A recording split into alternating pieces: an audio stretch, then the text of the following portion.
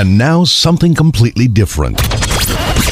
Good afternoon. I'm speaking to you live just outside Los Angeles. I like to think balding is just God's way of saying, now let's see you get laid. Is it true that if you don't use it, you lose it? What I'd really like to do is put the greatness of this man in perspective. The hair loss community has a lot to be thankful for, having you as a spokesperson. You mean you just call this guy up? About life and about reality? And now, America's #1 reality radio show for men. Live from Los Angeles, it's Spencer Kobren's The Bald Truth. Hey guys, yes, I am alive. Thank you so much for hanging out the last half hour, and I want to apologize for being late for the live broadcast. If you're just tuning in, I'm Spencer Kobren, and this is The Bald Truth, self-help radio for guys, and of course, for girls who get it. I'm pretty sure you guys are watching a best of for the first half hour of the broadcast. Had a little emergency that I had to take care of, but everything's cool. I am fine. My family's fine. I appreciate all the well wishes and the crazy texts that I received while I was in my car and all the IMs and stuff like that. Everything is cool. Great to be here. I'm glad that I was able to make the broadcast. Really great week, in my view, in the world of hair loss. One big story that a lot of people are obviously very interested in is the fact that Merck Pharmaceuticals, Merck and Company, will now be, the FDA has decided to have Merck include some of the potential long-term side effects that could be caused by the drug Finasteride. And what I mean by that is, at this point, Merck has not been able to, prove any causal effects. There's been no clinical data showing that, excuse me, that Finasteride causes any of these reported long-term adverse side effects, like the inability to maintain an erection even months after stopping the drug, or orgasm issues, or other sexual dysfunction. However, since there were so many reports made about these possible adverse side effects, Merck has decided to, and the FDA gave the recommendation to include these possible side effects in the insert, which I think is incredible. I think it's great that people will, who are considering taking this drug, have the opportunity to have this information in front of them. But I don't want potential Finasteride users to think that as soon as they pop this pill, it is like Russian roulette, because the truth of the matter is these adverse side effects are being reported by a very small subset of individuals. And it was actually interesting. There's a guy that posted in baldtruthtalk.com the other day, because there's a lot of discussion going on about it. And it made sense. I forget his name now, but it made a lot of sense. His thing was, why is the FDA asking Merck to only include this information in the brand name Propecia, the drug Propecia, which is the same drug, which is Finasteride, a 1 milligram dose, but not in the drug insert for Proscar, which is the 5 milligram dose of Finasteride. And the only addition to the drug insert, or to the indication or adverse warning insert for Proscar, is an extended or continued lowered libido after discontinuing the drug. And I found this really curious, and I wanted to get your opinions about this. Let me give out the phone number, 888-659-3727. Why do you think Merck only has to report these reported side effects in Propecia, but not in Finasteride? And this guy made another good point that there are probably thousands and upon thousands more men who are using Proscar than who are using Propecia. Why aren't these side effects being reported by the guys that have been on Proscar for many years? Is it because they're older? I don't know. But I think that's a very interesting question, and I wanted to bring that up today. And I'm not saying that there's any reason not to believe these guys who are dealing with these long-term adverse side effects, but it's very curious. Very curious. So why don't you guys call me? A lot of you guys, you write me, you ask me about finasteride and this fears of these adverse side effects. Now Merck will be including these side effects in their inserts, in their product literature. Let's talk about that. 888-659-3727. And I'm going to go right to the phones because I think Joe's probably been holding on forever, which I always appreciate. Hey, you're on the air. Who's this? You do me one favor and make it clear to these people that there's no news on Reposol. They're making all kinds of allegations. There's no news on Reposol. I'm hoping to hear something by the middle of the week. Now, don't hold me to it, but I'm hoping to hear. I'm hoping to hear something. So, if I do, I'll let you know. So you'll be calling me up personally, Spencer? Maybe I'll email you. Well, I appreciate that. Maybe make my miserable day a little more pleasant. Dude, I promise you, if I hear some good news, dude, I'll pick up the phone. Well, I appreciate that. Would make my day, man. I'd actually be able to leave the house and walk by the water, maybe. Walk by the water. What? I mean, just an act like that, people take for granted. I can't do it. Why? Because I'm just basically bedridden. I'm really depressed. Over this whole hair situation, it's really getting to me. Dude, I feel so bad for your family. Yeah, and they're getting upset about it too because I'm getting worse as I get older. I'm not getting better and getting worse. Dude, your poor wife, man. I mean, she's at her wit's end. I listening to her, it's like she wanted to drive off the road last week. Yeah, she did not approve of me doing the show, but I had to do it because I enjoyed. Now, why doesn't she approve you doing the show, though? I mean, at least that's cathartic. That's helpful for you. Yes, that's why I call, because it's very cathartic. She thinks that it's no one really cares about her in her sick mind. She has no idea what's going on with this disease. She can't comprehend it. Well, look, I'm gonna take another phone call.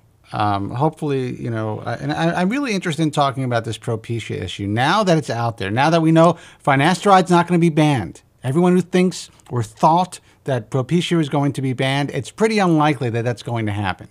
There are drugs out there that are black labeled, drugs that are killing people that are still on the market.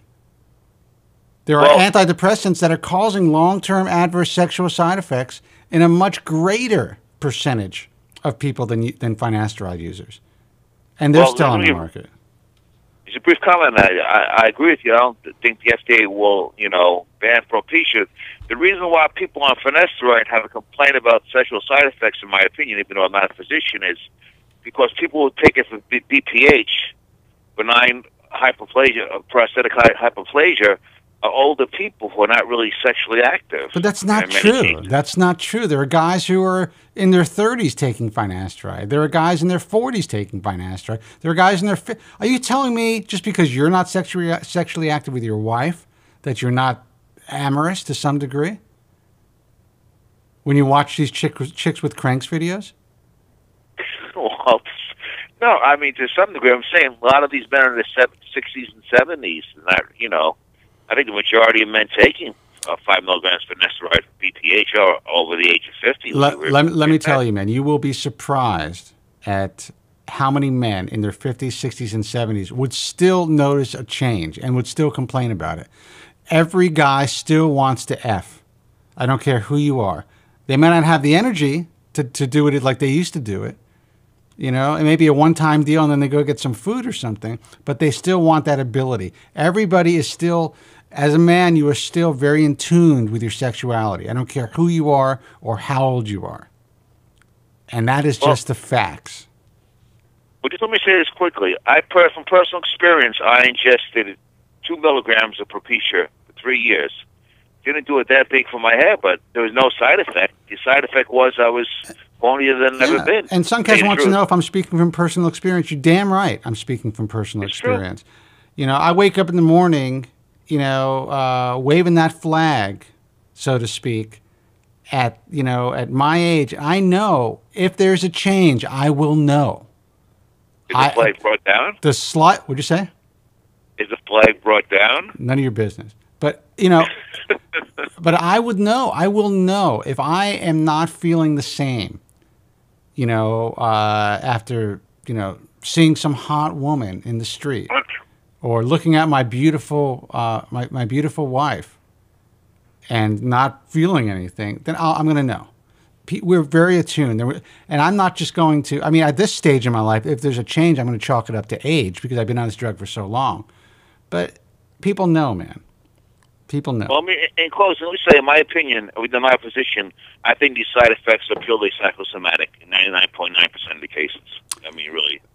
Well, I listen, you know, the latest stats or the latest studies, basically, I think it was like 980 some odd people, I don't have it in front of me, who were on finasteride.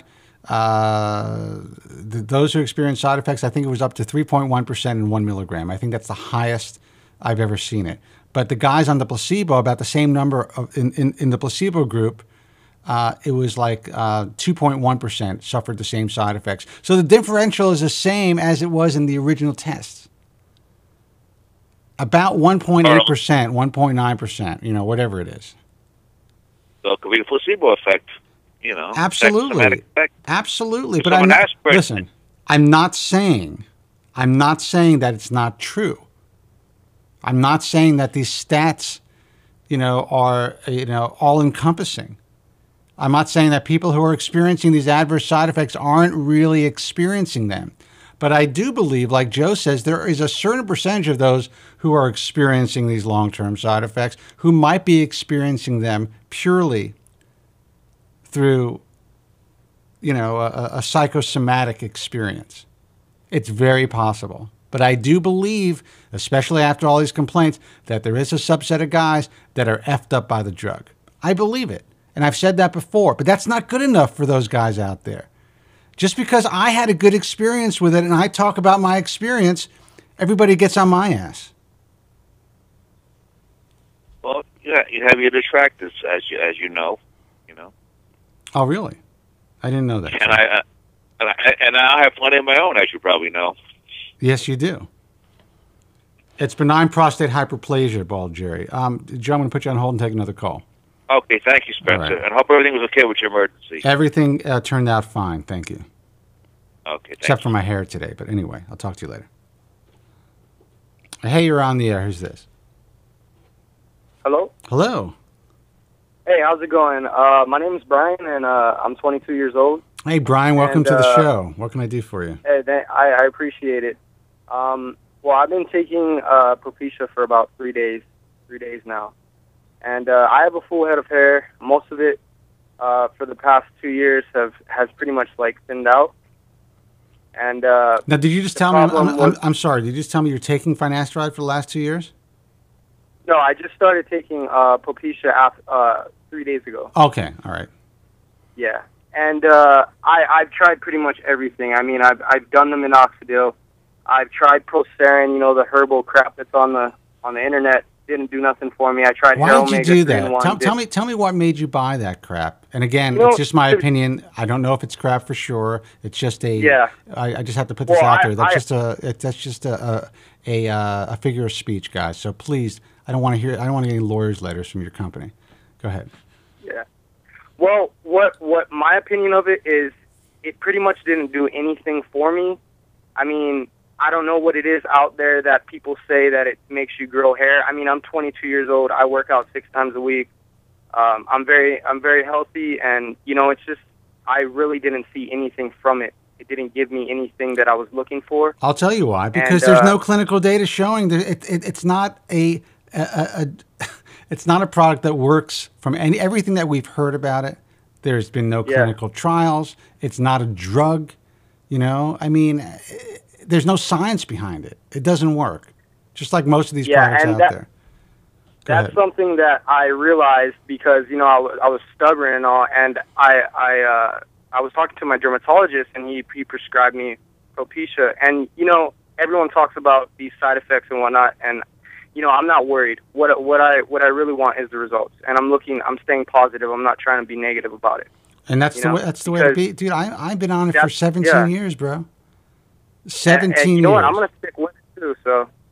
Look, everyone talks about, I hear these things about people, like you train, you work out. I hear people saying, it's making them weaker, they feel softer. I've never experienced that personally. I know a lot of guys who are my age who are working out, who've been taking this drug for a long time, and they're jacked, man. I mean, that's just, I don't even understand why. Go ahead. I just think it's majority of it is a mental thing. It's like, oh, what is this drug doing to me? Is it affecting me? It's like, I mean, it's all you're playing mind games with yourself. Listen, I tend to agree, and I'm glad that you're a young guy who's giving it a shot, and that you have confidence that you're probably not going to be one of those affected by side effects. I can guarantee you this. And this is something you guys should all test out. If you concentrate on a certain part of your body, whatever it is, your foot, your arm, your elbow, and concentrate on it to the point where, you're just thinking about it, think that you feel a pain. And know that it's kind of like an exercise that it sounds silly. But if you think about it enough, if you focus on that one body part enough, eventually you may not feel tremendous pain, but you're going to start to feel that body part separate and apart from the rest of your body, meaning that it's going to be something that's going to be in hyper focus. And it seems really silly, but I do that all the time with myself, especially now that I'm getting older. If I have a calf strain or whatever it is, I think about it. I'm like, oh, shit, I can't run today or whatever it is. And I could just be sitting there with no pain at all. And then when I start to think about it, all of a sudden, the pain starts to kick in. It definitely is something that's real, man. So, I have a question for you, actually. What I've read is that Propecia can actually bring back hair within a 5-year span of what it was lost. And with all things considered, my age, and that I'm on a strict healthy diet because I'm an athlete, and I exercise constantly. Would you think that it would work exceptionally well for me, or? I think that you have a great chance. Better than most? I think you have a great chance because you have, and I said this even in my first book when I wrote it, when it was published back in 1998. I was a big fan of really focusing on diet and making positive changes to make these drug treatments like Finasteride something, get your body in a much better position to react well to these treatments.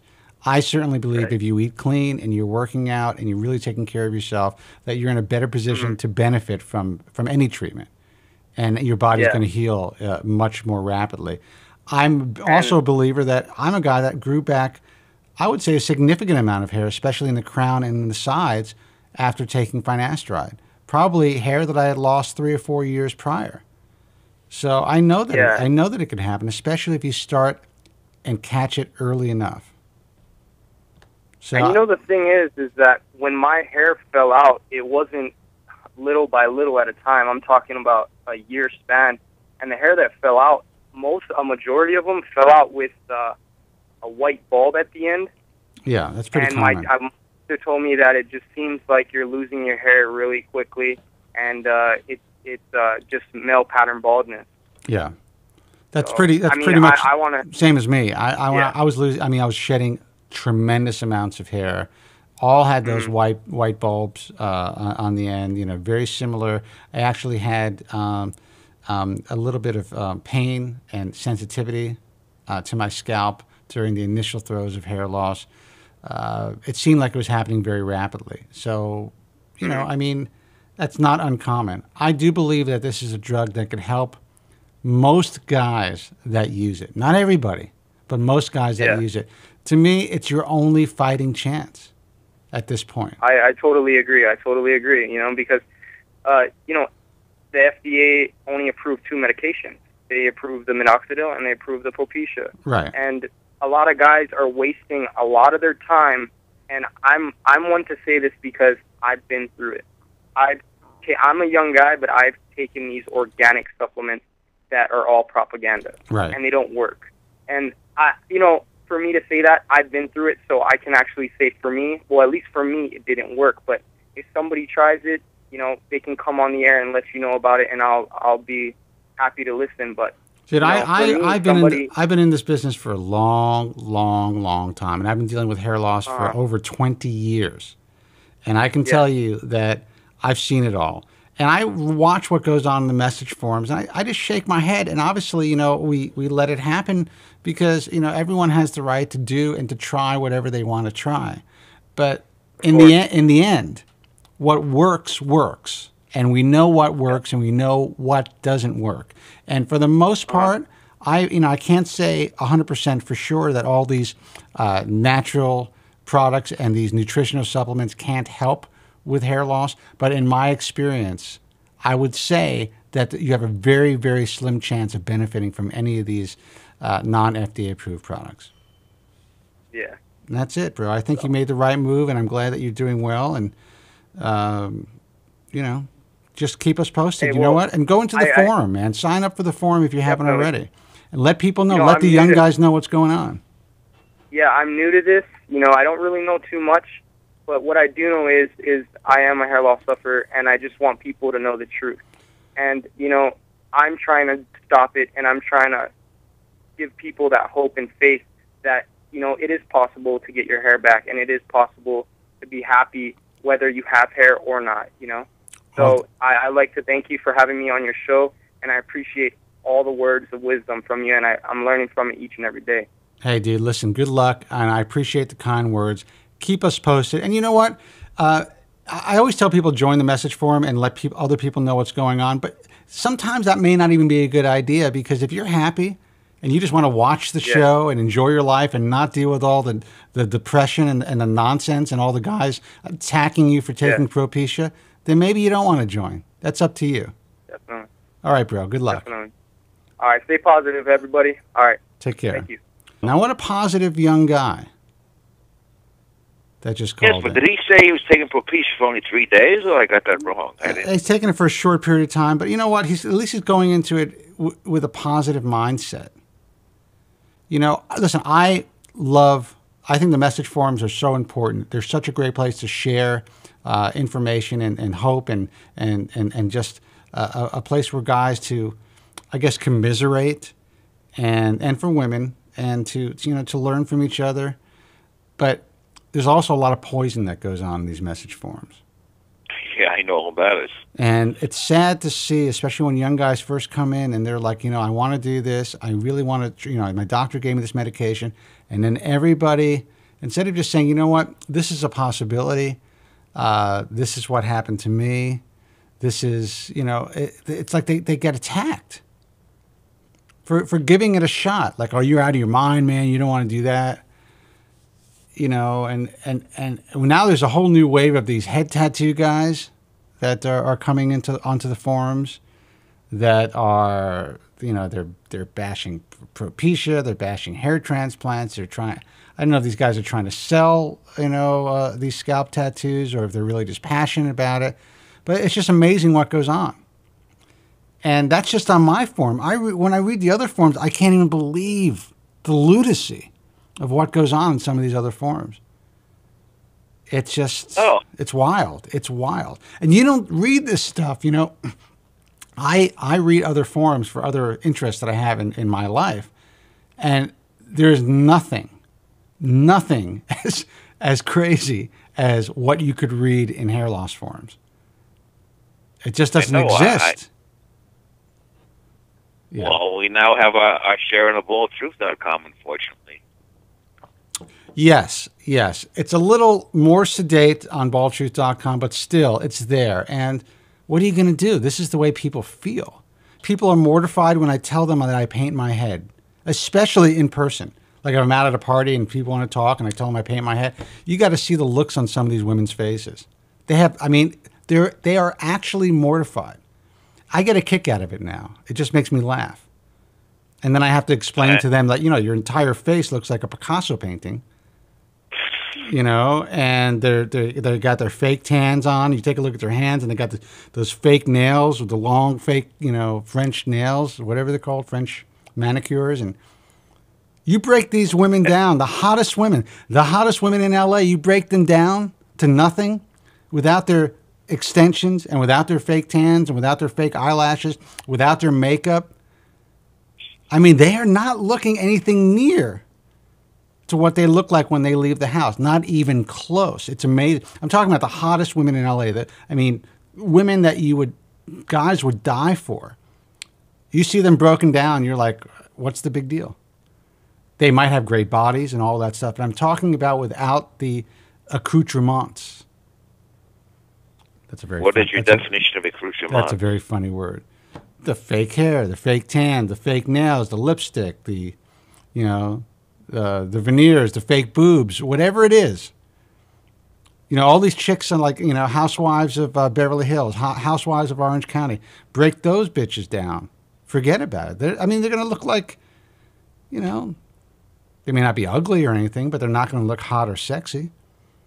But they're the first ones to get us for trying to do something about our hair. Well, that's the point. These are the type of women that I'm talking about. Women that, when I go to parties, especially here out in Los Angeles, and I live in a, not to sound obnoxious, but an affluent area where there's a lot of people in like the movie business and in television. And I go to these people's homes, my next door neighbor, and it's like, these people, they look like they walked out of a magazine.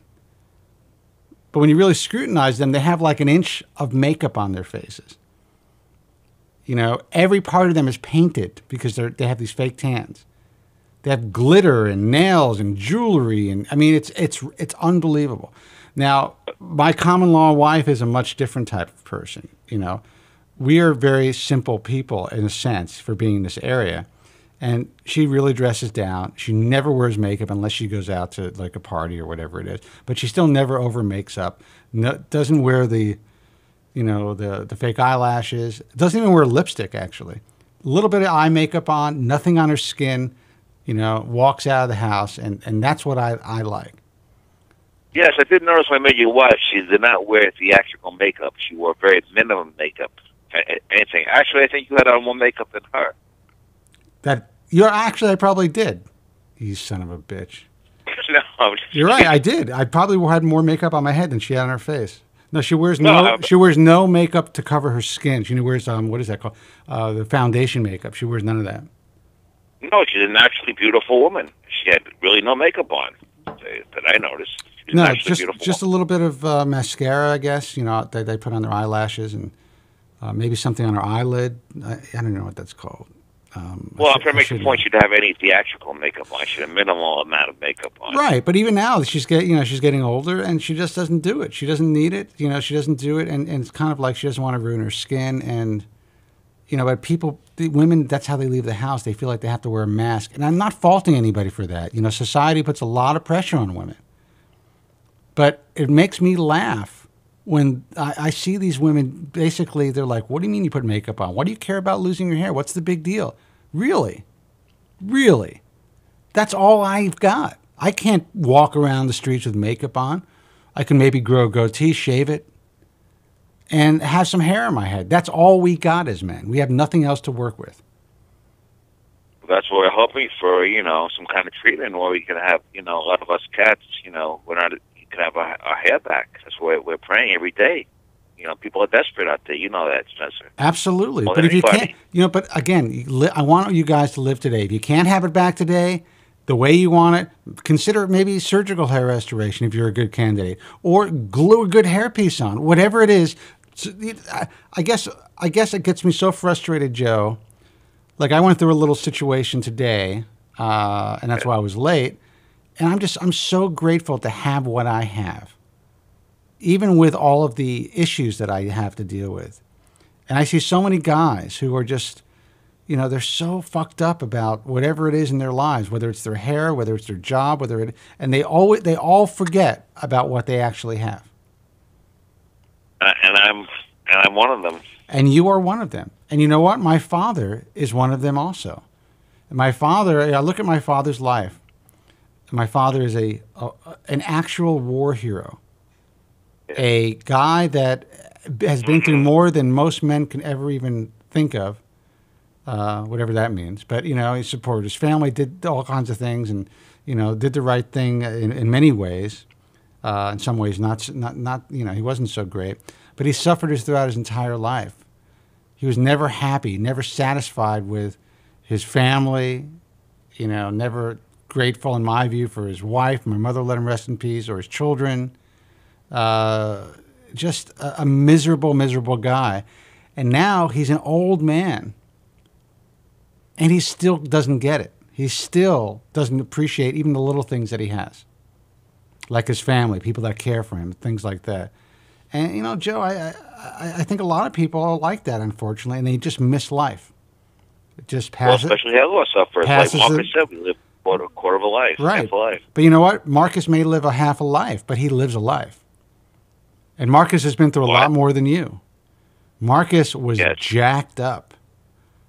I actually spoke to somebody that has met Marcus and has told me that he can't even understand how somebody who has been through so much has such an incredible attitude. Now, he did admit that he still looks good, even though he's been through what he's been through. That he's, you know, he's a nice-looking guy and everything, and he's very confident. But if you know, apparently if you dig into his hair, I mean, he's got scars all over his head. Well, we know. Well, we won't have to mention names. We know one physician who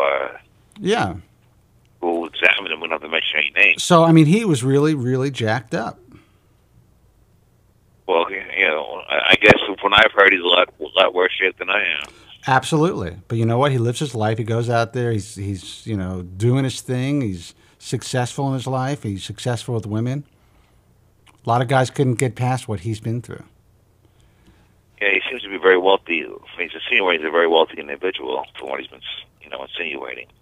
I don't know if he's insinuated that he's wealthy, but I think that he definitely comes across as well-heeled and successful. So yes, and he definitely dates, as he said, much younger women. Absolutely. Yeah, some of the sufferers want to know: will you be on past 10 o'clock, or you'll be commencing the show at the normal time? No, I can hang out for a little while after 10 if you guys want to hang out. And so give us a call here at the Ball Truth. I do have to take a break though. 888-659-3727. 888-659-3727. I'm Spencer Kobren. You are listening to and watching The Ball Truth, self-help radio for guys, and of course for girls who get it. We'll be right back. Stay with us. The winner of 7 prestigious Golden Forehead Awards. My family's always arguing. It always starts off innocent and then it gets vicious right away. So I was like, hey, looks like you're losing some hair. At least my wife's not a whore. Spencer David Kobren.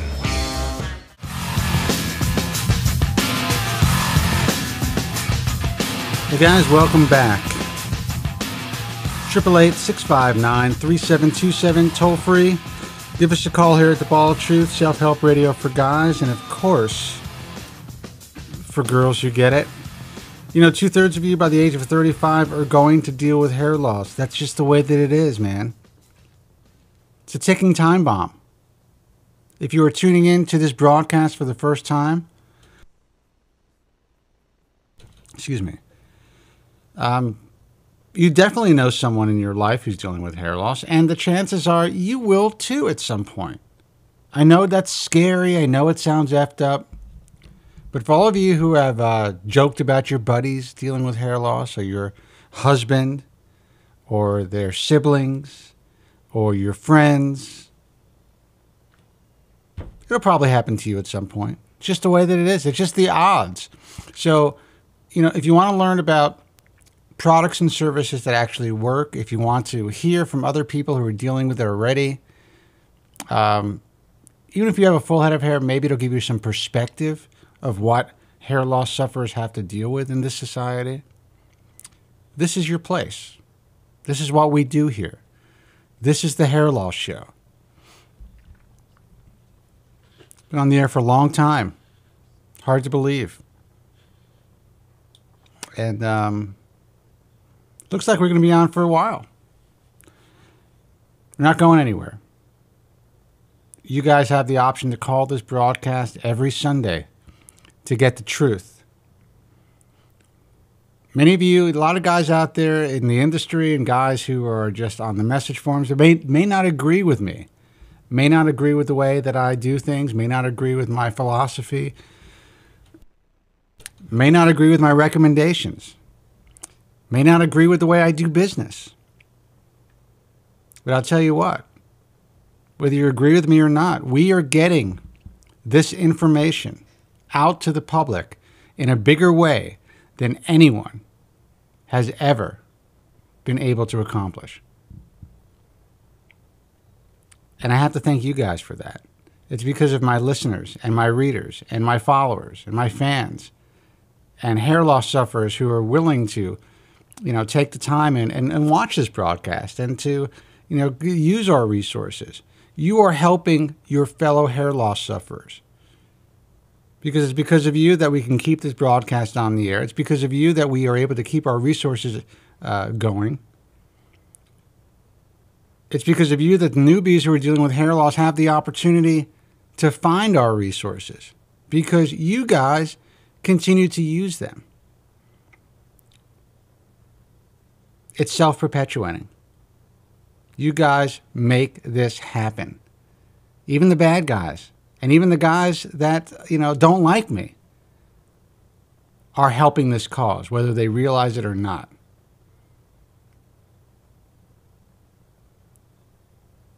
Triple 8-659-3727. I think that made sense. Let's take a phone call. Hey, you're on the air. Who's this? Hello? Hey. Is there a delay on this thing? A delay? Well, if you're listening to me through the radio or the your computer, yes. But if you're just listening on the phone, no. Well, why is there? I don't understand why is there a delay? I mean, what can I help you with? Well, anyway, this is Billy, man. I'm on the thing board there too. So, what's happening, Billy? Well, I just kind of wanted to share my experience with you with the Finasteride. Well, do me a favor. If you can speak up a little bit. For whatever reason, you're coming through one channel. I don't know if it's your phone, but if you could speak up, that would be great. Well, I just wanted to describe my experience with the Finasteride. Well, good. I think that's important. Let's talk about it. Well, it worked. It's I tried all the other crap too, but I tried it and it worked, man. I mean, it slowed the hair fall down. I didn't even. I mean, I thought it was working great, and then after I'd been using it for like 5 or 6 years, I started, experiencing the inability to. I don't know how to put this. Maintain erection, get an erection, right. get a hard on. Maintain. Right. I mean, I couldn't even get one, man. So, that really freaks you out, man. Well, let me ask you first of all. Let me ask your age. You were on it for what, 5 years? Right. I started when I was like 45. Okay. So I'm 54 now. But right. I mean, as soon as I got off the stuff, I went to, man, it freaked me out. I went to the doctor, talked to him and everything. And so I got off of the stuff, and then it took about 3 months. And then now things are back to, total normalcy for me in that department. Well, that's great. That's great. Listen, that's a real experience. And I think it's important that you guys who have been through that type of experience voice that experience. But there's also a lot of, there's a lot of thought that, okay, you started at 45, you did well for 5 years, maybe there was something else that was in the mix, but in your case, that wasn't the case. In your case, when you stopped taking the drug, you got hard again. So it was definitely, in your case, there seems to be a real causal effect. Right. And I think those are important stories. Right. They really are. I mean, and I'm glad that you're okay. I'm glad that, but how's your hair, though? Well, now I'm starting to see more of more loss coming out again and everything. I mean, it's like, that really does, one of the things I was going to point out to you was, I really don't care what other people think. Yeah. I could give a shit, right? But the thing is, I want hair for myself, not just, because I have to look at myself in the mirror, right? Yeah. I don't really give a shit. Nobody else gives a shit what you look like, really, to be honest. They don't. And if they do, that's what hookers are for. Right. So, no, but really, I mean, that it is for yourself, and that's what people have to understand. When I talk about why it's so important about your hair, especially at the beginning, I'm like, you know what? I'm not going to like the way I look without hair. I don't like what's happening to my hair. I don't feel as comfortable in my own skin, so I'm concerned about it. That's why we're concerned about it. So I think you said a mouthful. Right. But it doesn't affect my confidence or anything. I mean, I don't like the way I look, losing my hair. Right. So, I'm just, I'm kind of at my wit's end here with, I'm taking saw palmetto right now and using the Regen Pure, things that have some kind, I feel like based upon what, I read about them, there is something other than anecdotal evidence right, supporting what they do, right? That don't have the same impact on me that finasteride had, right?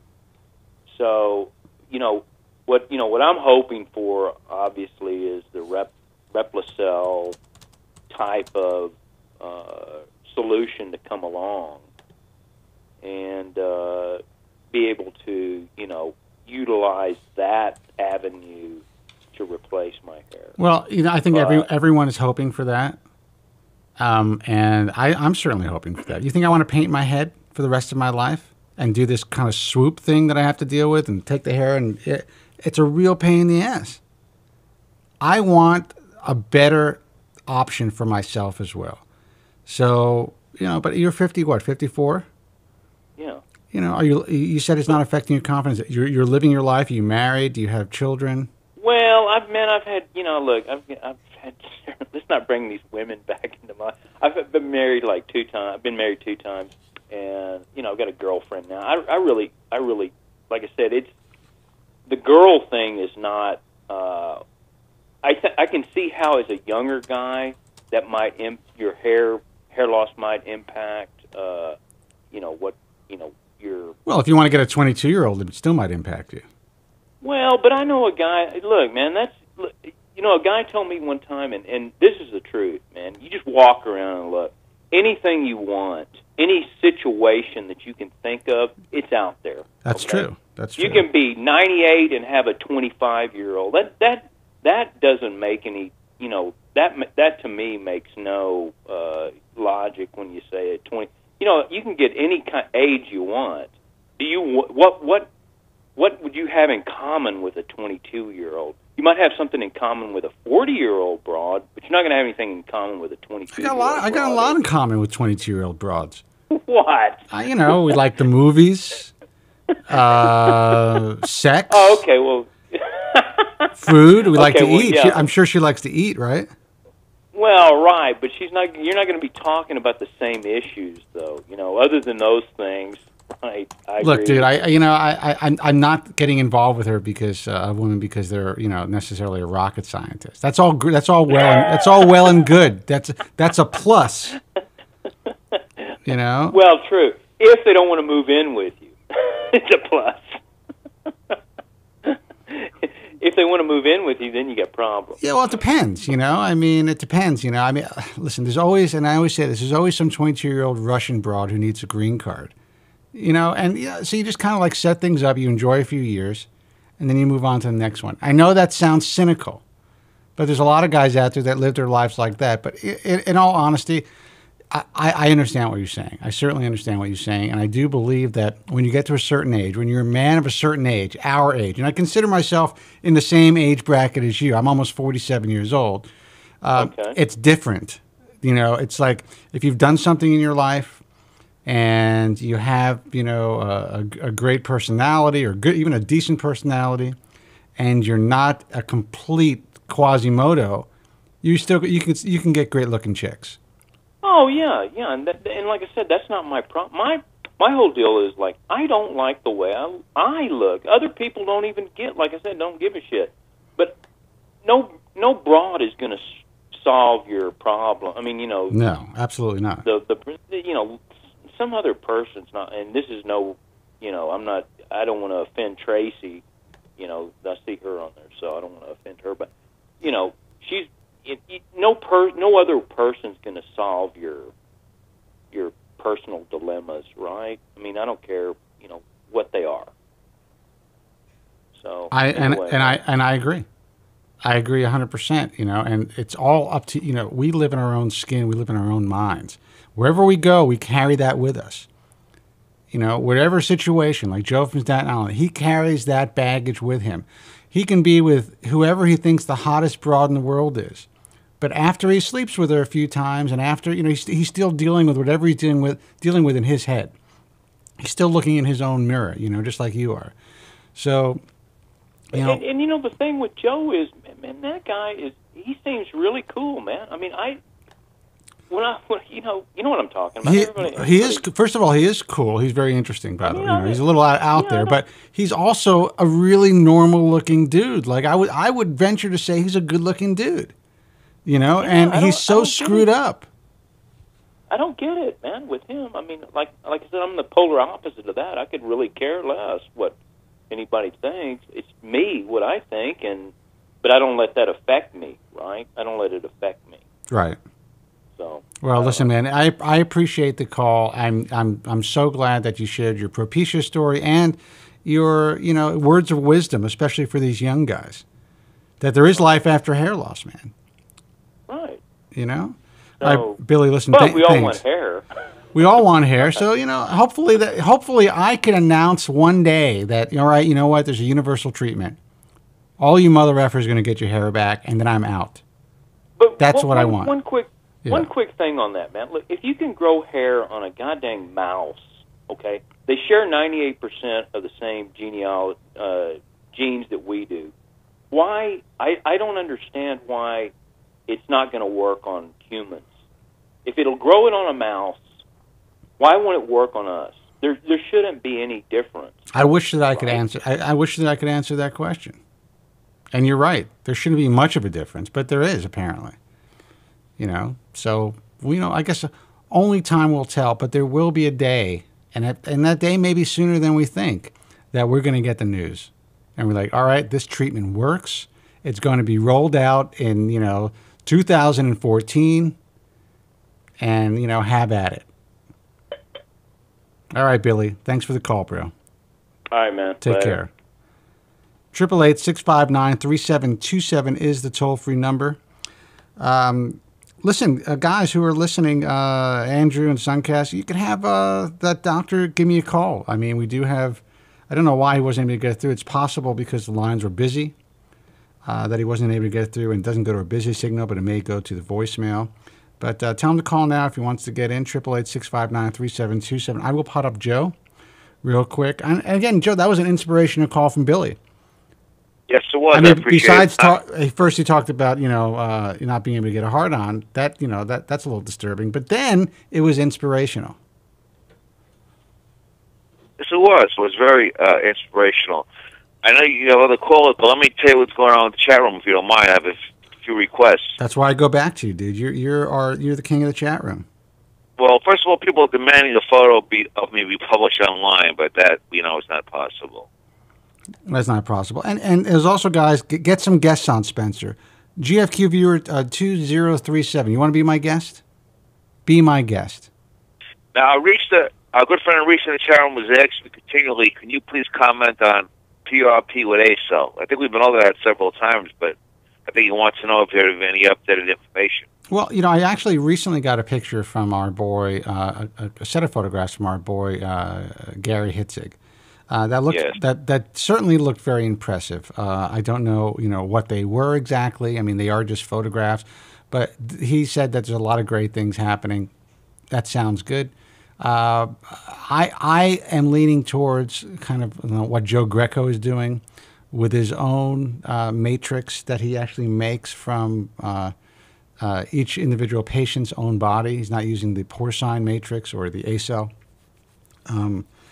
And his PRP. He seems to be getting really, really, I'm not going to say ultra impressive results, but consistent results. A much greater percentage of people who are having the ACell or the PRP with their special matrix, a much greater percentage of those who are having it done compared to, in my view, other people who are doing it are getting good results from Joe Greco's camp, at least from what I've seen.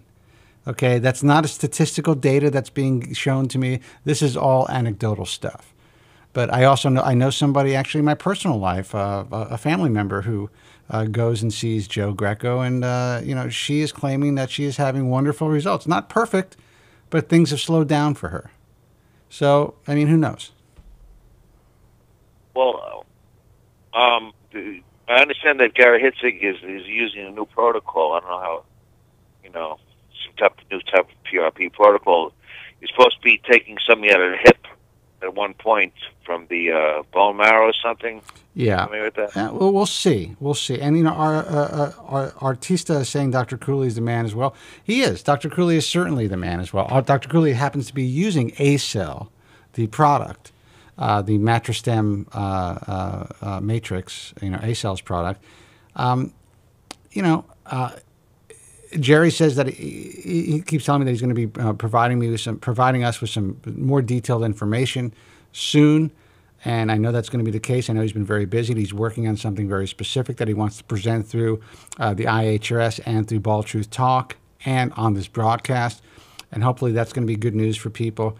But again, I don't think that these treatments are the end-all, be-all compared to what is really coming down the pike. I think these are all great potential preventative treatments. They may work in the same line as finasteride for some folks. But to me, so far, A-Cell, PRP is different, but the whole A-Cell thing is not what we all thought it might have been or that it was going to be initially when we first reported it. Right. When news started a year ago, you all excited. We thought it'd be something, fantastic with hair plucking and all these donor regeneration. And what my understanding is, it didn't seem to work out that way. I'm not absolutely positive. I don't have any evidence either way. But well, you didn't have any results, but you're a very unique, patient. I don't know what you expected, but I know that when you went in there, you just wanted to kind of have the grafts that aren't growing full length or growing at all. You say just to potentially grow, and that didn't work. No. But initially we thought it would regenerate the donor and all type of other things, and that doesn't seem to have panned out. I'm not really sure. No, I've actually I've been in touch with some people who have had some A-Cell treatments. They were very hopeful that they would be able to help with their donor scars. In some cases, the scars ended up being worse. So I'm not saying it's the A-Cell's fault, but I mean it doesn't seem to be the miracle that we thought it was going to be. However, I do think that it is adding and improving traditional surgical hair restoration to some degree, helping with graft survival, potentially graft growth, and I think those are all good things, but I don't think it's the miracle that we once thought it was going to be. Joe, go back into the chat, battle it out with everybody. I'll come back to you. I'm going to take a phone call, all right? All right, thank you. All right. 888-659-3727 is the toll-free number. Give us a call here at The Bald Truth. Questions, concerns about your hair loss, or if you just want to vent, that's what we're here for. Let's see who this is. Hey, you're on the air. Who's this? Hey, Spencer at Suncast. Suncast, what's happening, bro? Not a whole lot. Hey, I have a question for Joe. Yeah. Because I told you this Friday night, but I wanted to see if I can call him out here, because Friday night there was somebody in the chat room before or during, I believe, the free-for-all that had a huge obsession with Joe. Yeah. And I mean, that's like all he was talking about was like, where's Joe? Can Spencer call Joe? Can Andrew call Joe? Where's Joe? Is Joe going to be here tonight? You think that guy, that anonymous person was Joe? Yes. Joe? And let me tell you why. Let me. You want to pot Joe up, or you say why first, and then I'll pot him up. All right. So there's two reasons why I think that. Well, actually three. The first reason was he spelled my name wrong, just like Joe does. He spells it SUNCAST, which is exactly the same way that Joe spells it. That's a big giveaway, bro. Yeah. But not only that, I asked him specifically what his thoughts were on sex, and this person also hates sex, just like Joe. Wow. So what are the chances that there's going to be somebody out there obsessed with Joe that's also misspelling my name the same exact way and also hates sex? I think, and you're right about that, I think Joe just hates sex with Phyllis, actually. Let's see. Joe, let me pot Joe up. Joe, did you hear what Suncast was saying? Spencer, to tell you the truth, I was not on the air on Friday. I was sound asleep. I know you weren't on the air. I wasn't in the chat room. But now everyone is thinking that you're trolling the chat room, man. Dude, he so is. Come on. Why would I do that for? There are people talking about me as it is. I mean, what would I have to do that for? I think you were incognito to see who in the chat room would be able to see if Spencer or Andrew could call you, and if they would actually do that. Suncast is trying to call you out, bro. I don't know about this. I'm going to castigate you here, man. Well, now people in the chat room are claiming you're Iron Man. Spencer's known me for 14 years, and I think he knows I don't play games. Well, I do know that, Joe. But he's just joking around with you, or maybe he's not joking around with you. But you got to kind of take it, for what it is. You can't get too serious about it. No, I mean, I didn't even know what he's talking about. What did this happen Friday? Yeah, it happened on Friday. On Friday. I wasn't working on Friday. Well, Joe, we have a phone. Whatchamacallit, a polygraph.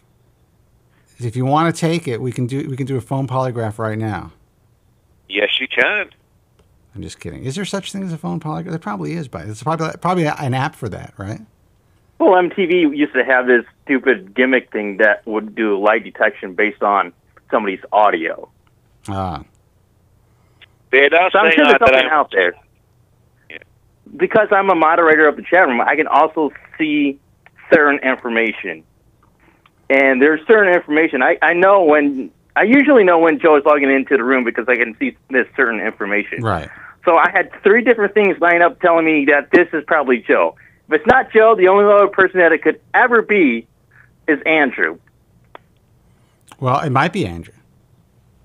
It might be, but I mean, come on, look. There was 3 things that lined up there that made me believe it was Joe. Well, listen.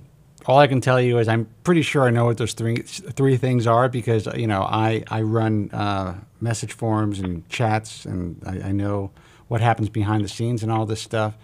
And it is what it is. If Joe says no, then he says no.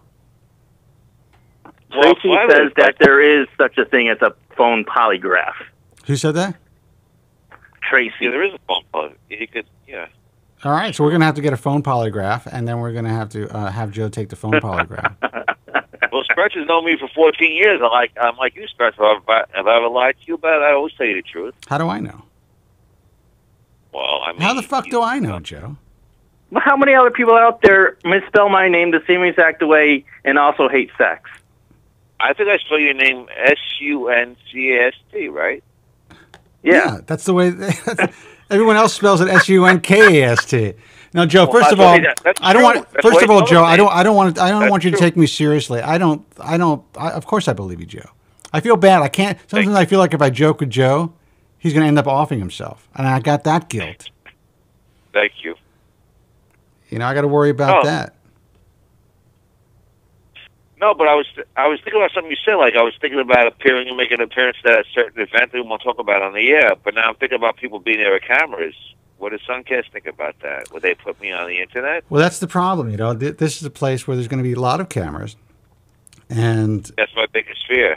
Yeah, I think it's something that I think you fear it more than anything else. And I think once you're there, you're actually there. You might not care so much or notice the cameras as much. We normally use like webcams, so they're these very tiny cameras. You probably won't even see them. So, well, I don't think he's actually afraid of the camera itself, Suncast. I think he's afraid of being on camera.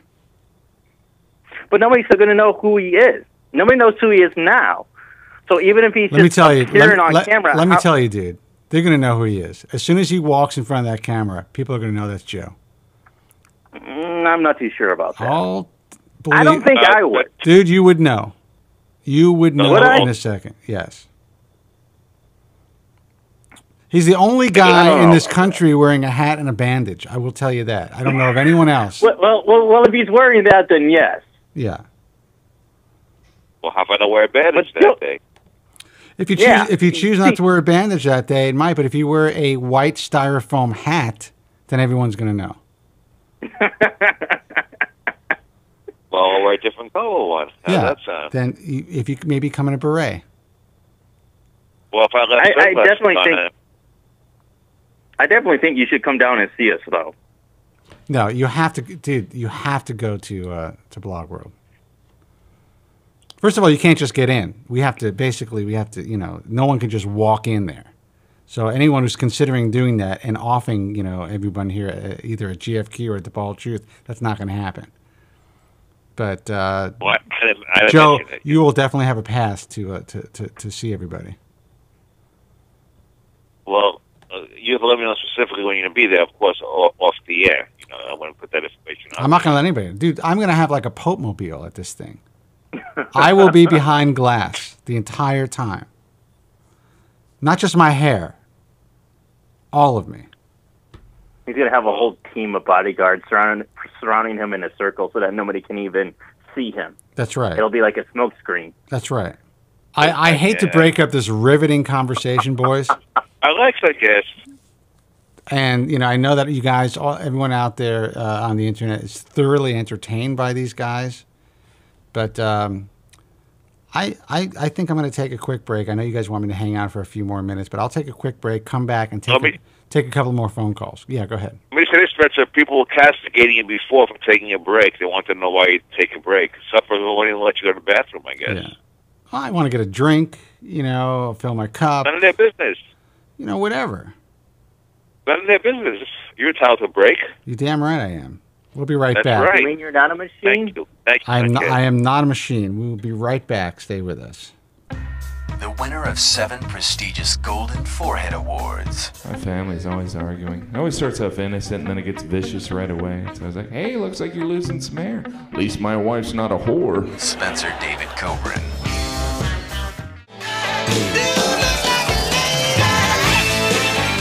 Hey guys, welcome back. That is Joe from Staten Island's Anthem. As you all know, he likes chicks with cranks. Welcome back to the Bald Truth, self-help radio for guys, and of course, for girls who get it. Look, 2/3 of you by the age of 35 are going to be dealing with hair loss. That's just the way that it is. Deal with it. And understand that, you know, this is a $3.5 billion a year industry, and 99% of all products being sold that claim to stop, prevent, or treat hair loss are complete bullshit. Will not help you in any way, shape, or form. And there are only a handful of physicians out there who are performing surgical hair restoration to truly state-of-the-art standards.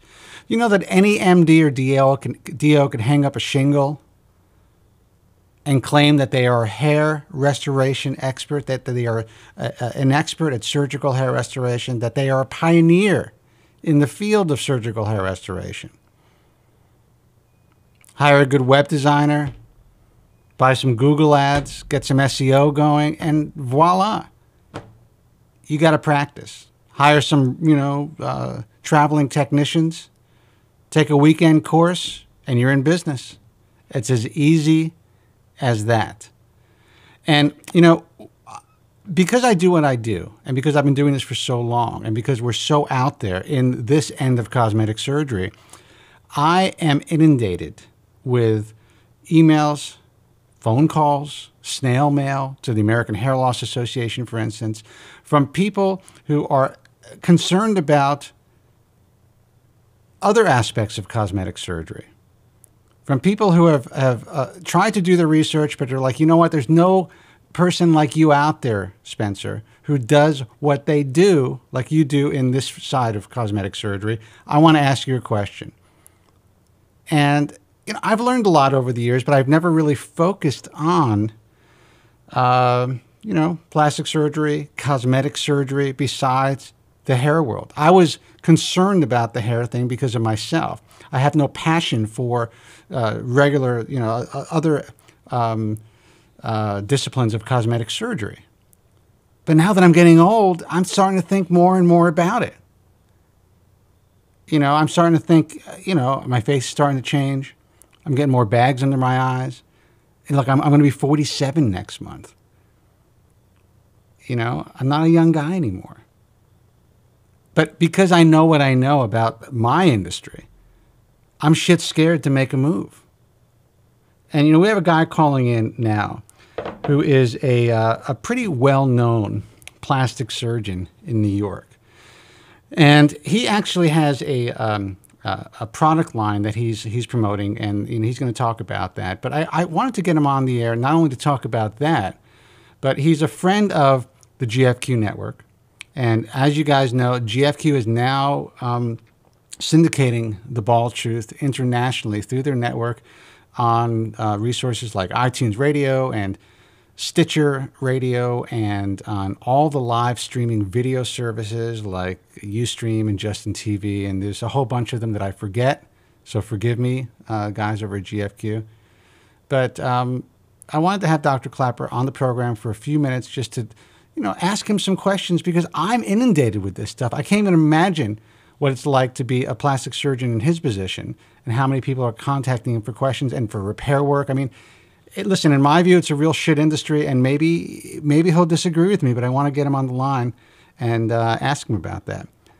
Dr. Klapper, how are you? I'm great. Actually, I'm so curious about what you were saying. I have a question for you. You got it, man. When you think about it, what's the difference between a plastic surgeon and a cosmetic surgeon? Well, to me, I know what the difference is. Anyone could be a cosmetic surgeon. A plastic surgeon has to go through what, 7 years of education, minimal. And you can correct me if I'm wrong. There's so many crazy boards now that everyone is claiming that they're board certified when there's only one board. There's the American Board of Plastic Surgery. What is it? That's it, right? The American Board of Plastic Surgery? Yeah, no, you hit it right on the head.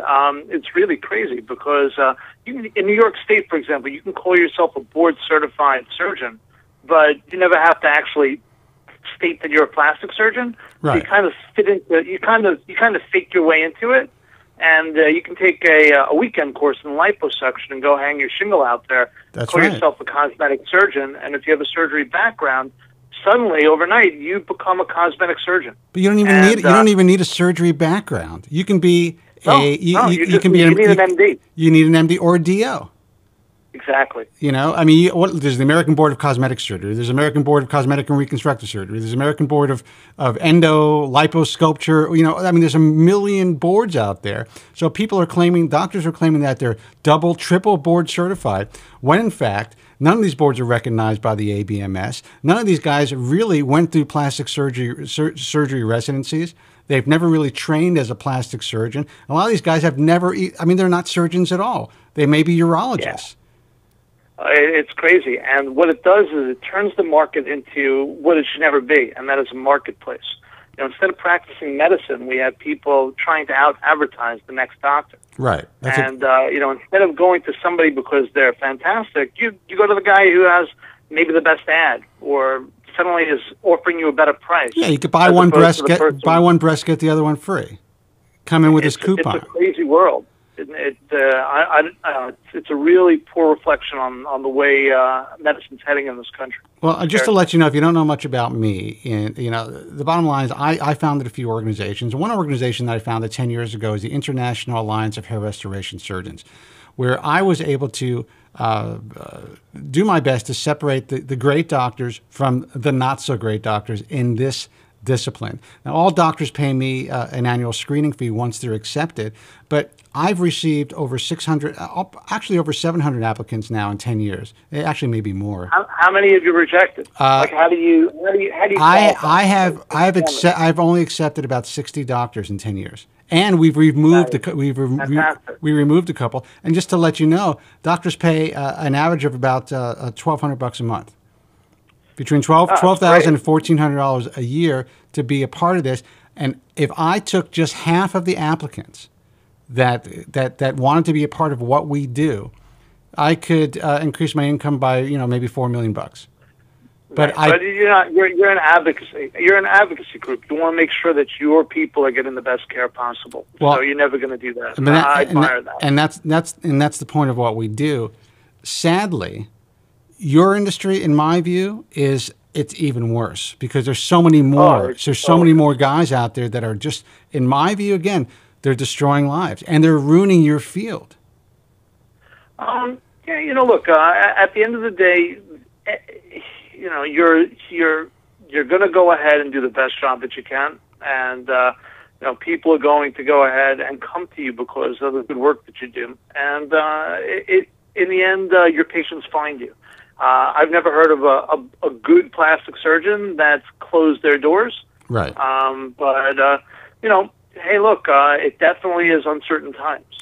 Well, it is uncertain times, and I just wish that, and you know, and I don't know if Andrew's talked to you about this, but I've been asked to do basically like a plastic surgery show, you know, and there's a lot of guys that have tried it over the years. They're all doctors, and sadly, even in this field, there are a lot of guys that try to do hair loss shows. As a physician, it's very difficult because, you know, physicians really have to kind of tread lightly. Physicians don't like to speak against each other. Physicians are very concerned about being sued, and I understand all that stuff. I myself, as a layman and as, you know, an expert in this field, I can, you know, I have a lot more leeway, a lot more latitude. I'm willing to take risks and put my neck on the line to get the truth out there for the consumer. Maybe at some point I'm going to do something similar in the world of cosmetic surgery, but I will tell you this: it's not going to be. I don't think it's only going to be embraced by guys like yourself, real board certified surgeons who have really great reputations. The rest of the guys probably aren't going to like what I may, you know, end up doing, and that's exposing the truth and giving people access to real information, not just some stuff type of stuff you see in the media that just kind of hypes a certain procedure like the lifestyle lift or whatever it is, when we all know what is the lifestyle lift? It's just a marketing group. Yeah. Oh, yeah. I mean, I think they pulled in $150 million in revenue last year. It's a powerhouse of marketing. Right, and they were also sanctioned by the state of allegedly. I think New York. I think New York recently did too. They were fined about $500,000. Right, and also what I remember. And from what I remember, in the state of New York, they basically were doing something called astroturfing. Excuse me, where they were actually putting up. And again, I could be wrong, but this is the information that I think that I read, that they were posting phony testimonials online. Oh boy! Claiming that there were patients. I didn't know. I don't know the specifics of it. I just recall reading about something, black. But it's disturbing. It is disturbing, but you know what? You know, maybe we could save this for a different show and for another show. And I really love to pick your brain because you are a real board certified plastic surgeon and you are a real trained plastic surgeon. But let's talk about. I know that you're putting out this product. You wanted to talk about. You're in some sort of a Walmart contest. Can you explain it to me, Spencer? You know, this is the fun part about what I get to do. I went into my field because I get to be creative. So that gets me up in the morning. So think about things a little bit differently, and think about things when America gets to vote for something. Right. Walmart goes out there. They have their reputation as big business, and they want to look out for the little guy. They go ahead and offer a competition out to all of America, inventors, entrepreneurs, come show us the best of America. And America then is going to go ahead and vote. Right. And we're going to take those finalists and we're going to put them into a pool. And whoever we pick, they're going to get a shot at getting on the shelf at Walmart. So it's a very humbling experience. Over 1 million people voted in this competition. And they finalized the group, and they chose our brand new Probio cosmetic, the world's first topical probiotic that actually completely different. It's going to turn the entire skincare industry on its head. Well, explain it to me. How does it work? Well, think about it this way: you, as somebody, be a cynic. I want you to blow holes in this for me because I'm not looking for people to jump on my bandwagon. Right. I want the respect of people that admire it. But if you have questions, ask. Yeah, you come to the right place for that, man.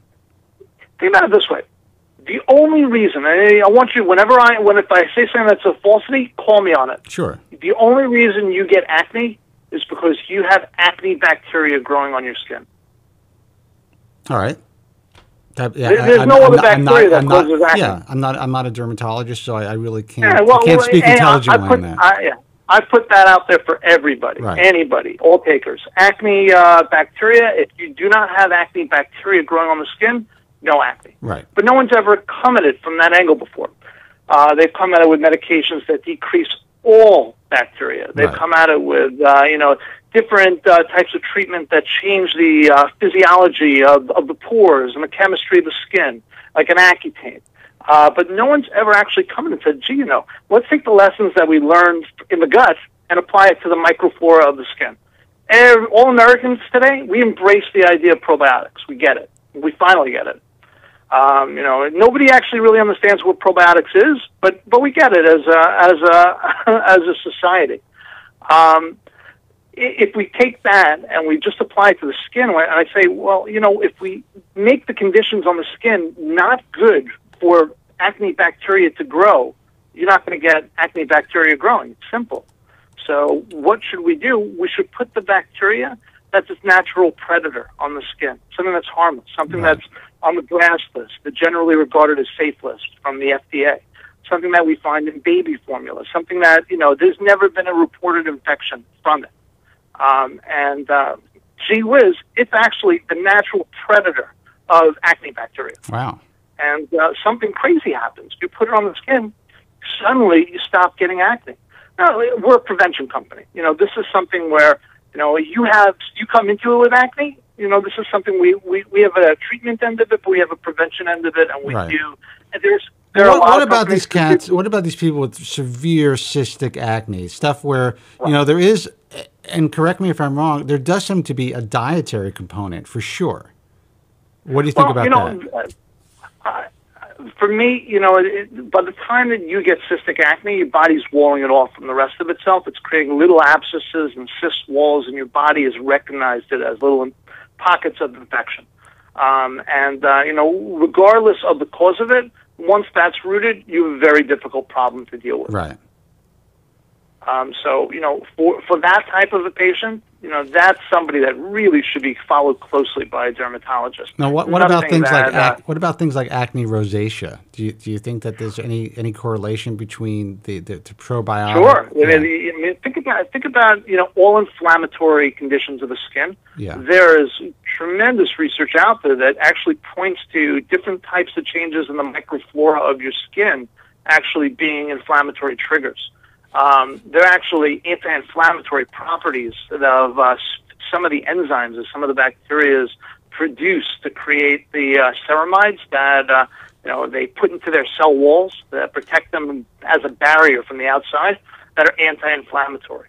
But if you don't have the proper bacteria growing on your face, you have bad bacteria running rampant, which are going to increase the inflammatory component of any disease that you have. So do you think? I mean, I know that like Proactive, obviously, it's a huge company. Guthrie-Ranker, these. They're geniuses. It's like a symphony when you watch one of their things. They're like, let me teach you on how to separate you from your money. Absolutely. At the end of the day, God bless them. They do a great job of it. It's benzoyl peroxide, right? That's all it is. Yeah, you can go and buy the same stuff at the drugstore for less money. Yeah, I was actually asked. I was actually offered an opportunity to do a topical. This was years ago, probably maybe it was like 2001, to work with Guthrie-Ranker, and they were going to put together a topical hair preparation with a retinoic acid, and minoxidil. Now, this is the issue that I had. That I know that people who use these concoctions, a lot of people were complaining of kind of like a follicular fibrosis or a problem with an inflammatory effect to the scalp, which was really causing a lot of issues. I could have done that, and I could have worked with this company. I could have ended up, going on the air and doing this and selling out. I believe it would have harmed a lot of people. To my knowledge, Guthrie-Ranker ended up never, moving on with this. And I don't know if it was based on the information that I provided them or not. But there's a lot of preparations out there that I believe that are being sold through infomercials that actually might not only not work for people, but if used incorrectly, can be harmful. But a product like yours doesn't sound like it could harm anybody. No, that's the beauty of it. At the end of the day, you're not going to hurt anybody with this. Right. And it's really something that's special. We've had people. We actually we put 100 people and we put them on the program, and then we took video testimonials of all of them, not really explaining to them what they were on, just so that we could kind of get unfettered, unchallenged type of reactions to it. Right. And what they did was they explained the symptoms of specific diseases that they no longer had. that they didn't even know what the names of it. Like you sit there and they say, my redness went away, Right. and they didn't know they were describing the symptoms of eczema. Right. They would say, my acne went away. I was using your system for 4 days, and I didn't get acne. I was on everything. I was on Accutane. I was on every single drug the dermatologist put me on, but I went on your system, and within a week, I never broke out again. Right. So we really sat there scratching our heads like, wow, this is something that we're going to help a lot of people. Well, listen, I think to put it out. Go ahead. I'm sorry. No, go ahead. Yeah, no, I think, listen, I think it's important. I think that if, in fact, what you were saying is that, you guys have put together a product that is really going to change people's lives, then hell, there's a reason why so many people voted for it, for this Walmart challenge. Explain to people, how much longer do you have until you know whether or not you're going to be on the shelves of Walmart, and what can my listeners and viewers do to help you out? Well, thank you very much. I'm humbled, number one, and I'm very appreciative to the entire GFQ network and all of your listeners on the show. You got it. Thank you. If people out there, the easiest thing is to pick up their phone and text. It's 5062 to 383-838, and if they do that every day for the next week and a half, that will push us even further up into the top 10. At the moment, we're a top 10 finalist. We'd like to come in number one. And you can vote once a day by text. And there's actually there's a URL. You have to log in through Facebook. And I don't know it off the top of my head. I'm not in front of my computer, but it might be something that we can share with everybody on your site or. Absolutely. I think Andrew Zarian's in the chat right now. He's sharing all the information with everybody, and we can put it into the replay. So sure. Yeah, and I'm very thankful to everybody. Everyone tells me, and I kind of look at it this way, that at this point we won. Right. Just to be in the top 10 in this competition, we won, and we've been legitimized. Well, let's put it this way: even if you don't get into Walmart, you're going to get into other stores probably pretty quickly. And I think it's a great thing. I'm happy we're gonna get out there and put it into hands of people that need help. And I'll tell you what, if you do get into Walmart and the product does well, and you guys want to, you have an idea for a good hair product, give me a call. Thank you. I appreciate the love. All right, man. Listen, thank you so much for the call. And do you want to give out any information about your website or anything else that people need to know about? Well, yeah, sure. The website is biosbeauty.com, biosbeauty.com. And we are a people company. So if you have questions, reach out. I have answers. All right, Doc. Listen, I really appreciate it. Take care. Thank you. Okay. Dr. Andrew Klapper. You can obviously look up his company, and you can check him out online. He's got a pretty stellar reputation as far as being a well-known New York City plastic surgeon, board certified, hell of a nice guy, and why not help the cat out? Vote for his product. 888-659-3727. Holy shit, it's 7:36 already. Man, let me say something to Joe here. Joe, how are you? Sorry about that. I kept you on hold for a while. Spencer, I've been on hold for 14 years. No, I know. And I appreciate that. No, I wish I would have a chance to interview the doctor briefly. Would have asked him if his product was somehow would suppress DHT topically, because it's in relation to acne, as we know. That's interesting. And you know what? Maybe I will speak to Dr. Klapper about that. Listen, the bottom line is, if there's some science behind this and it could help, hair loss sufferers, by creating something similar for, inflammation of the scalp, hell, I'm into it. I really am. There's guys in the chat room saying if Spencer sells out, people are going to hunt him down. Look, when the time is right, guys, I'm out of here. If there's a product that I know is going to help somebody, I'm going to put my name on it. Well, Deal with it. If it works, why shouldn't you put your name on it? Oh, are you kidding me? That would be amazing. I'm talking about whether it's a cosmetic product, whether it's something that I really believe in. When the time is right and I feel comfortable doing it and I know it's going to help somebody, you're going to see my big mug on their literature, on their box. Yeah.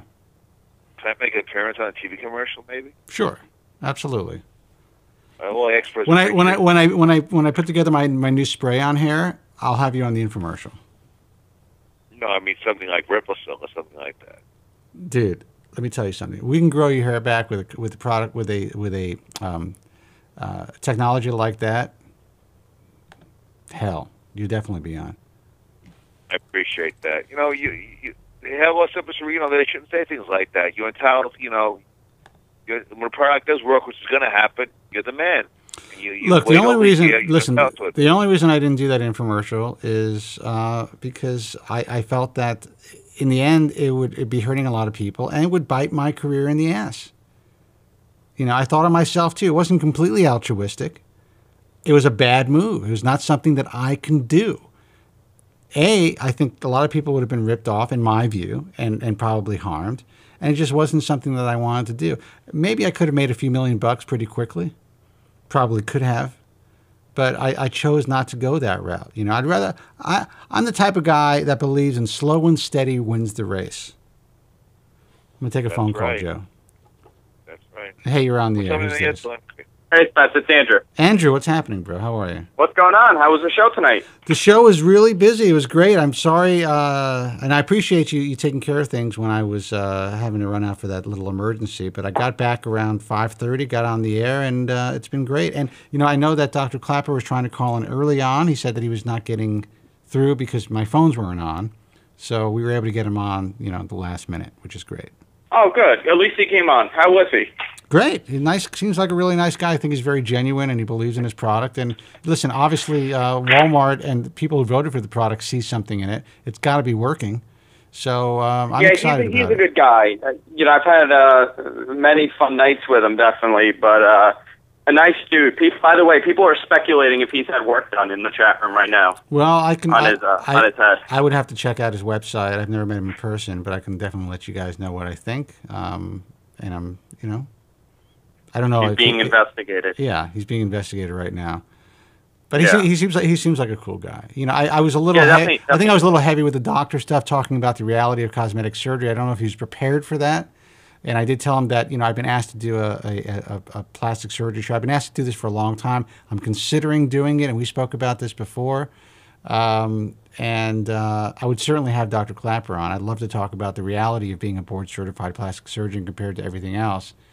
But I don't know if he felt 100% comfortable talking about the dark side of the industry. I hope I didn't make him feel uncomfortable. There's a lot. Yeah. No, there's a lot of dark sides to the plastic surgery business. I mean, you see it every day when you're walking down the street. Oh, dude, there was a big, very close to my house, the Kardashians have their store, Dash, and there was some anti-fur rally outside of their store, and the press was there, and it was like this big thing. I guess they're selling fur trim sweaters or something like that.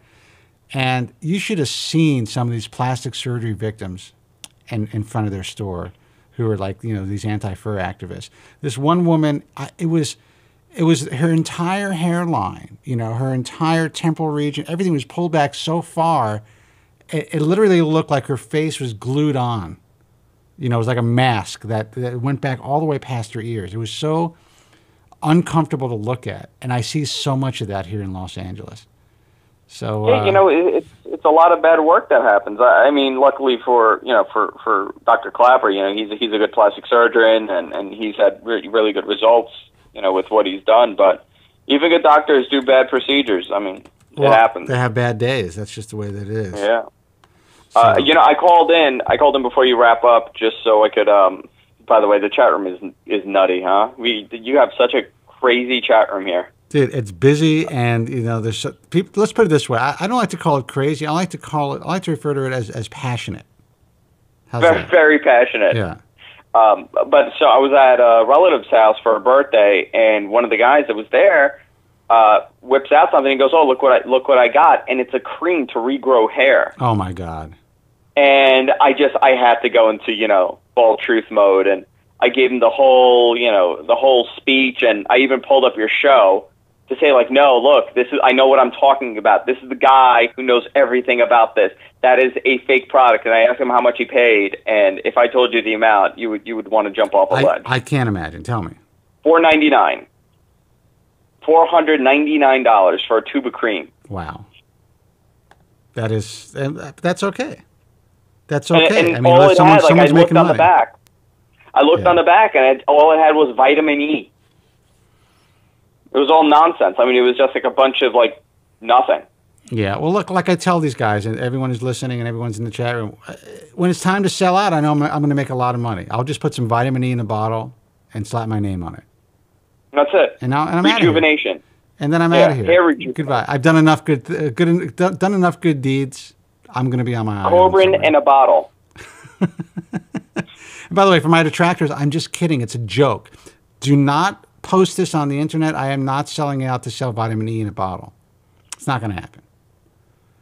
People take me literally, I guess. That's what scares me, dude. Literal Joe. Literal Joe. All right, guys, listen, I'm going to wrap it up. Andrew Zarian, thank you so much for calling. You want to say goodnight to Joe? I do. I do want to say goodnight to him. Okay, Joe, you're on the air, dude. You can speak to Andrew. Yes. Good night, Andrew. And good night, Joe. Contact me when you know about that event that may be coming up, or maybe attending it. Yes, for sure. I definitely want you there for the event. Well, I'll have to be, in disguise, obviously. You could put on Groucho Marx eyebrows, mustache, and glasses. Dude, he doesn't have to do that. He already he's got one genetically. He's got this big. Oh, I don't know if you still have the mustache, Joe, but he had this big Burt Reynolds mustache the last time I saw him. No, I divorced that several years ago. Really, it was a Tom Selleck, jammy. It's awesome. But Say that again? Did you go over any Replacel news? Everyone's asking Replacel. That's so funny. What do you really care about Replacel, dude? You got a full head of hair. No, I do. I'll tell you, every day when I take a shower, I'm noticing more and more hair falling out. All I can say is this. I guess it's possible, but I've known you for, 2 years now? Yeah. Your hair looks exactly the same to me. I mean, you have the hair of a 10-year-old boy. No, I don't agree with you. Why don't you just it is. Well, stop wetting it. Stop slicking it back, and just once you wear it the way you used to wear it, and you'll see. I don't know, because you told me I'm not professional enough when my hair is like that, and my only other option right now is to go to the mortician. Oh, dude. You hear that, Joe? That's what Joe told me. That's what Joe said. Joe, you there? We all have a date with the mortician. That's what I said. It's true, isn't it? That is true, man. Isn't it? We're all booked for the mortician. I'm telling you, I've become. The show has ruined my life. Well, you know what? Apparently, I do that to a lot of people. No, you know what it is? In all honesty, I mean, the chat room's telling me that some are saying Billy agrees that I am thinning. My hairline is thinning. But I do notice that I could see my scalp a lot more in the front than I used to, and it's happened over the last 2 years. Yeah, but dude, you're almost 30 years old. I mean, it's not. I mean, I know, but you know what? There's look at Kenny Santucci from the Real World. The freaking kid has a hair of a god. Look, he's a genetic freak. The guy. I have hair envy. I've never felt like this in my life. I have hair envy. I mean, the guy he's on television. He's got a great face. He's got perfect hair. But I'm telling you, man, eventually it's going to catch up to him, and you're just going to sit there with that big Cheshire cat smile when you see it happening. I hope it happens tomorrow. Dude, you're like I always say, you're too good looking, dude. So don't even worry about it. Even if your hair receded 3 inches, you're still going to look great. And I'm not just saying that. I'm hoping I'm going to go and see the doctor soon, and Well, you tell me when. I've already told him that when you're ready. I know. You know what it is? I just want to be on the medication. If he could just mail it to me, I'll do it right now. Yeah, I don't think he's going to mail it to you. He definitely is going to. He's going to have to see you, and he's going to have to give you the bad news if that's the case. Most probably. I mean, he's going to look at it. He's not just going to look at it. He's going to look at it under magnification, and you're going to be watching this on a big screen. So, I know that's going to ruin my life. So it's kind of like having a proctoscope shoved up your butt, and seeing and I mean I shouldn't be making this analogy because people are going to say, how can you compare this to cancer? But let's just say maybe you're seeing a polyp, precancerous lesion in there. That's how you freak out. People freak out. When I first saw my scalp, under magnification, it bummed me out. And it was actually Bob Bernstein who did it for me the first time. And he said, look, you're miniaturizing here, you're miniaturizing here. And it actually looks like your hair follicles are dying. It's very depressing. Joe, you want to come with me? Andrew, I know he's going to tell you. I can see it all now. It's going to be a very pleasant. No, but you just take them, and take them out for a drink afterwards, Joe. Like a father would, be fatherly. Just take care of the kid. Be my hair father. Listen, the good news is I never have to worry about totally going bald, because hopefully by the time that I lose all my hair, something will happen, and I know that I could get, a full head of hair somehow. Yeah, but you're also the type of guy that would not mind, like if you had no choice, you'd go and get a good hair system. You're that type of guy where... I wouldn't do a system. I would do, the whole, the transplant thing. And what happens if for some reason the transplant didn't work out for you? It would have to, because I have a really good donor area. Well, you do have a good donor, but let's just say for whatever reason your body did not, work. It didn't work well with your body. What would you do? Like my body rejected it? Yeah, like it just didn't grow well. You had keloid scarring. Something happened during the procedure. I'll deal with the scarring as long as I have enough donor area. I'll deal with at least the front is fine. See, the guy you've been listening to the program for how long? You only have a finite amount of hair that could be moved. If it's fucked up, it's fucked up. It's gone. So what happens if I'm already planning. Let's say I could do 5,000. Yeah. That's not bad. I think I could be okay. Like, I don't think I'll totally lose my hair, but I think it'll thin in the front. So as long as I could do, a 5,000 procedure, I'll be okay. Yeah, but what I'm saying is, even if you got a 7,000 graft procedure and something didn't go right, if you scarred, if you, some reason the grafts just didn't grow well, That's all right. I'll just blame you. Right. But what I'm saying, what would you do? How would you deal with it? Would you go on, okay, listen, I'm going to shave my head and that's it and live my life? Or would you cover it up? No. I would probably cover it up. There you go. All right. So, I mean, at least you know what your options are. Joe wouldn't do that. Joe would just wear a hat and a bandage for the rest of his life. No, but by the way, in the chat room, they're saying that I have at least 10,000 in the donor area easily. I mean, you might. I would say, it really depends. I don't know how you kind of like you're not it doesn't look like you have a really big head. So you also have to realize what the surface area is. So, I mean, maybe you have 9,000, 10,000, 8,000. It depends. Yeah, but if he keep a Norwood 6 and Norwood 7, God forbid, he can never get anything close to what he has up there. I don't think I'll be a Norwood 6 or a 7. I don't think I'll ever get to that point. But like my biggest fear, I don't think I will, because I have way too much hair at this age, and I would have seen some sort of loss. Well, but like I'm planning the next 5 years. Like right now, all I can say, Andrew, is TikTok, my man. I know. Like right now, it's preventative measures, and people are thinking I'm crazy.